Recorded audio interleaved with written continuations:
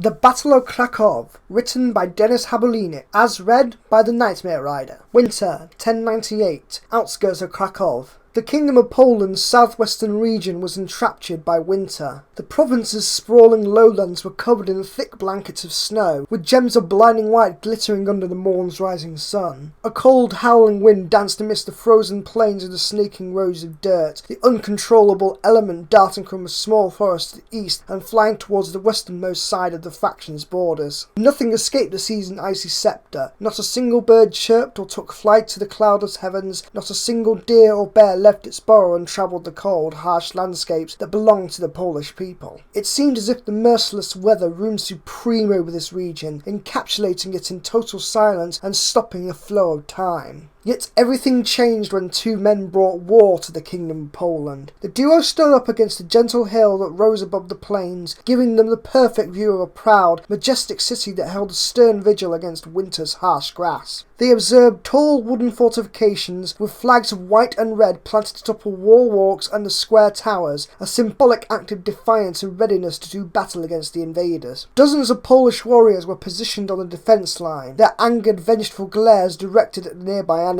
Behind their backs and the flapping cloth effigies of flying falcons, the city's chapel and palace of stone towered over the households of mud and wood. Their impressive size, imposing towers and wide walls were of a dominant, awesome architecture, their very construction emanating authority and power within the town. I always wondered what was so grandiose about Krakov, Sigmund von Ritterman of the Holy Roman Empire uttered with a disgusted remark. The Poland call it the Jewel of Majesty. He harumphed and shook his head. We've been in these lowlands for 2 weeks and I've yet to find the majestic element the supposed city has. The royal diplomat was an aged, thin man, garbed in warm, noble clothing, leather gloves and high boots that protected him from the biting wind and endless cold. The hat of midnight black was resting on his head, with a blue feather pinned to its top of a golden brooch. His face was cold and withered, with a tuft of greying beard on his pointed chin. Despite the deep lines crisscrossing his facial features, the man's squinted green eyes were alive and observing the landscape with an inquisitive, disturbing look, as if lusting for every hidden secret he could find in front of him. The capital may not be to your liking, mein Herr, but its citizens view it as their sacrosanct symbol. They would not surrender Krakov easily. Captain Lars Thielhoff was a stark contrast to the sceptical politician. Tall and muscular, the military commander wore a brown cloak of wool that covered him from head to toe. He clutched it tightly about his body as a freezing wind developed the little hill they stood upon. Long black hair was split around his wide shoulders, rustled by the vicious elements. Despite his youth, he was not even 30 years old. The officer's bearded face was aged by the sheer responsibility he carried with his rank. His deep lines, grim stare and taut cheeks would tell every glancing human being about the big toll he suffered from the important task he received. While Sigmund looked at Krakov with nothing more than contempt, the combination of dread and excitement wrecked Lars's heart and soul. He took a deep breath as Thielhoff studied the defence line and its valiant warriors, the coming conflict plaguing his mind. "Please," von Ritterman chuckled, "you are giving them too much praise, Capitan. Yes, we are assaulting the kingdom's very beating heart, but our quick march caught them by surprise. I am not a military expert, true, but can their garrison really defeat the glorious army that we have summoned for this holy mission?" With those words, he swept his arm over a vast war camp beneath the mound. Hundreds upon hundreds of black and yellow tents were constructed into neat, organised lines, forming a humongous rectangle that covered much of the settlement's frontal outskirts. Long, sharp stakes were hammered around it, creating a defensive perimeter against the cavalry gallops of the tight infantry charges. Banners of double-headed eagles adorned the tents' apexes as thin plumes of smoke rose from the crackling bonfires that dotted the wet, sucking muck. The scent of piss, fuel and poorly cooked food hung in the encampment, a strong, bitter aroma that accompanied every invading contingent. They were watched as thousands of men and women laboured below them, the Holy Roman Imperial combatants doing their best to fulfill the day's orders and reports. Some tried to prepare quick breakfast before joining their comrades. Others were already concentrated on the tasks at hand, working alone in groups both big and small. Officers trotted around the growing crowds, harrying and screaming at soldiers who were either too slow or too inefficient in their progress. Lars averted his gaze to a small clearing in the camp's eastern portion, filled with tools, ladders and bundles of wood and iron. Like a swarm of ants, a team of Imperial siege operators surrounding the battering ram with gigantic proportions, pounding its surface with hammers or sawing off unnecessary parts. The clanging of their chimes echoed loudly on the outskirts, so much that even the captain and royal diplomat could hear it from their position. Sigmund turned to the captain with a smile. "Aren't you proud to lead such a force and fulfill our Kaiser and Kaiserland's ambitions, Herr Thiloff?" "I was honoured and humbled when I received the letter," Lars nodded. "I never expected to be commanded by Reich's mightiest army under Notch. It is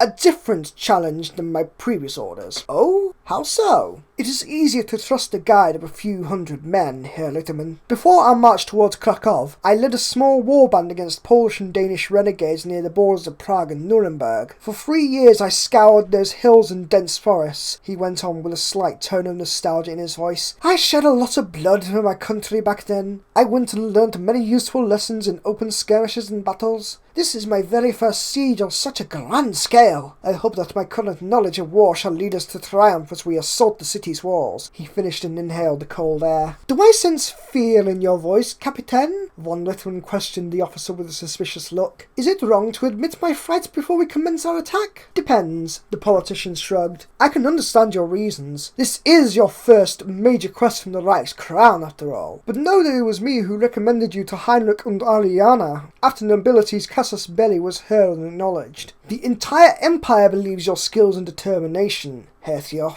Lars blinked and stared at Sigmund with an open mouth. "You chose me for the siege?" "Of course," the diplomat responded as if he was being asked an irritating, pointless question. "When it was decided that the Kingdom of Poland must be attacked, I searched our northern regions for this task's best candidate. Yeah, you never led a siege in service before, but your reputation is highly regarded, especially in Prague. You were the only officer who actually engaged our foes out in the open instead of waiting in town's brothels and doing nothing like your other comrades," he snorted in disgust. "I never knew my victories were so known in Das Heilige Reich." Ritterman laughed at the officer's astonished reply. "You may be humble, Captain, but humility won't save you from the Crown's watchful eyes. Besides, deeds of our servants must be thoroughly evaluated if we are going to select the best for our most important plans." "I thank you for your confidence in my capabilities," Lars bowed. "I pray to God that we won't meet defeat in these plans." "Failure is not an option, Herr Thiloff," the politician growled, his smile turned into a threatening grimace. "If we lose this war and are pushed back from Krakov, the Kingdom of Poland can unleash all of their armies on us. You'll endanger 2 provinces of Das Heilige Reich if this northern force is crushed under the king's heel. Without a proper defence, Wroclaw the Bold and his cohorts can sweep over the regions and plunder them as they see fit.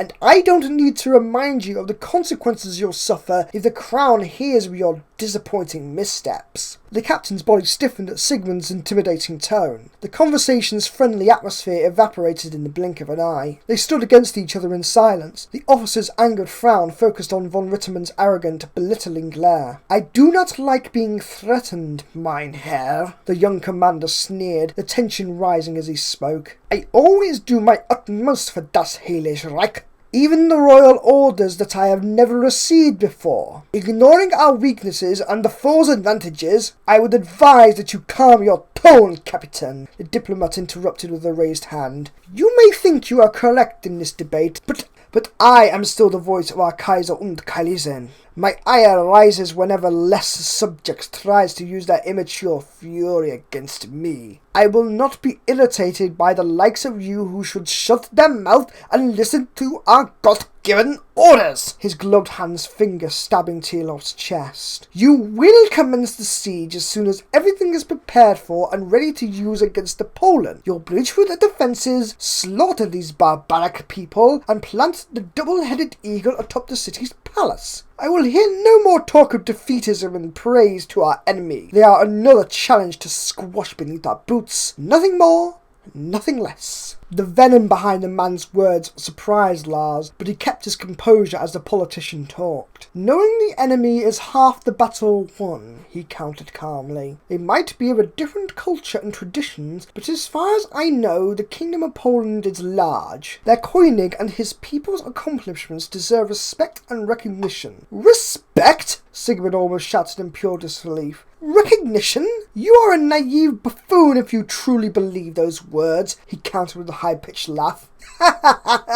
Let me tell you the real truth about this pathetic faction. The Poland may seem strong and powerful, but that's only because of the destruction of the Lithuanians and their stubborn invasion of the Russian dukedom. The military campaign was only established because of Pope Lemarius of the Papal States desired so. They prosper only because the king's line kept sucking up shit the Roman clergy spews from their drunken management of their power. Von Ruttemann's gesticulations grew wider as his voice rose, the aged agent of the Holy Roman Empire surrendering into his excitement and showmanship of his knowledge. He walked left and right, his eyes green coals of raging fire. Why do you think we are assaulting Krakov? He pointed at the capital. Because their prosperity is in shambles, Herr Tilof. Remove this settlement from their grasp, and the only region that can supply the royal coffers is the puny region of Breslau, in the northwest. They own too many castles and muster too many armies for their eastern expansion against the Russians. Cut off his jugular, you'll sow famine and misery as far as the eye can see. Warclav the Bold. Ha! Sigmund chuckled.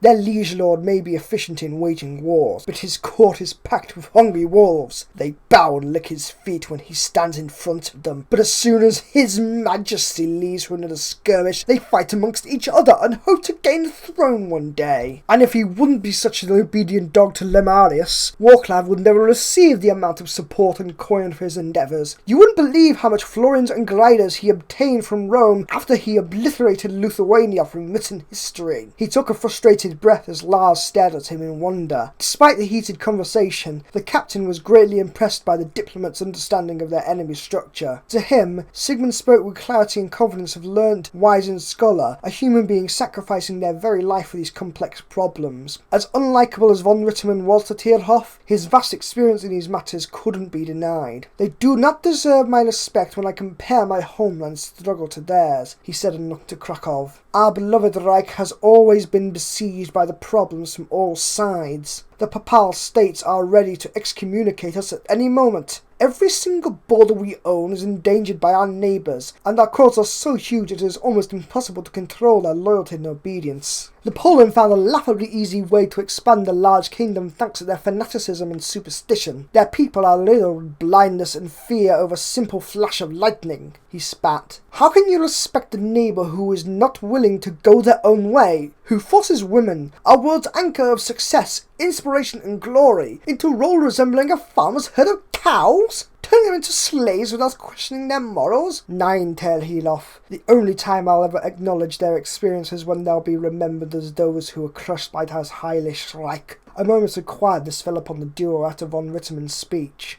Lars gazed over the fallen snow and pondered about the proper response to Sigmund's words. While the diplomat revealed such conversations and had an ample source of power to dominate his opponents, the captain never truly enjoyed such long talks. To him, a swift, well-planned action was a far better alternative than lengthy discussions about a subject he had little understanding of. I must admit, I am not skilled in such forms of speech, mein Herr, he said at last. But I do believe that our foe is not a land of pure evil. Indeed, they do hold customs and traditions that may seem abhorrent to us. Yet to say that they are monsters is to be excised from Europa is absurd to me. If we claim that we are a nation of liberation and illumination for its people, then how true are those words if we cannot understand our neighbours during times of peace and war? If we simply deem them as demons ready to taste the might of our blades, then we are no better than the Papal States, Inquisitors and Hungarian Crusaders. If we are not ready to accept the Polish as opponents of strength and resilience, then our underestimation is an immature and uncontrollable hatred of a crazed murderer. Sigmund sighed and looked at the pristine heavens, his hands laced behind his back. Your very words are the reason our empire needs men and women like me, he grumbled, as if exhausted from Tilof's argument. Not only do you not understand the complicated problem that is the growth of Europa and strife to make the stand in the harsh world, you also feel the disgusting naivety that clogs your mind from the truth.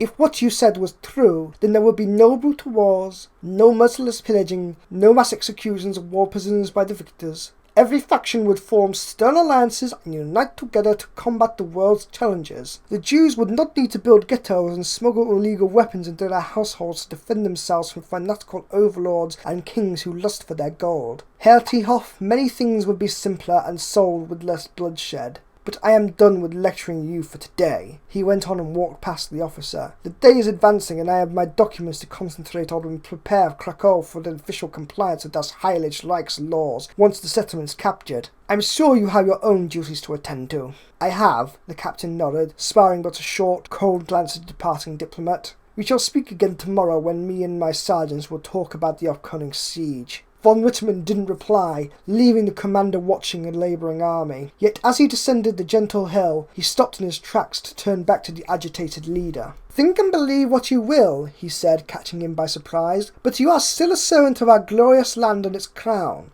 I will make sure that you will fulfill our mission exactly as we planned it. God have mercy on your soul if you fail, Captain. Teelhoff said nothing to the dangerous threat, his eyes locked on the disappearing diplomat as he made his treacherous way towards the war camp. Emotions of anger and bewilderment raged inside him, the politician's statements of unexpected revelation of his task's grave importance. His gaze swept over Krakow's wooden walls once more. As the sun rose high above the snowy lowlands, his mood sunk into a chilling realization. Facing a siege he never commenced in his career was a great challenge in of itself, but to know how expendable lives would become if he wouldn't conquer the Polish capital was something completely different. To him, Krakov looked far more frightening now.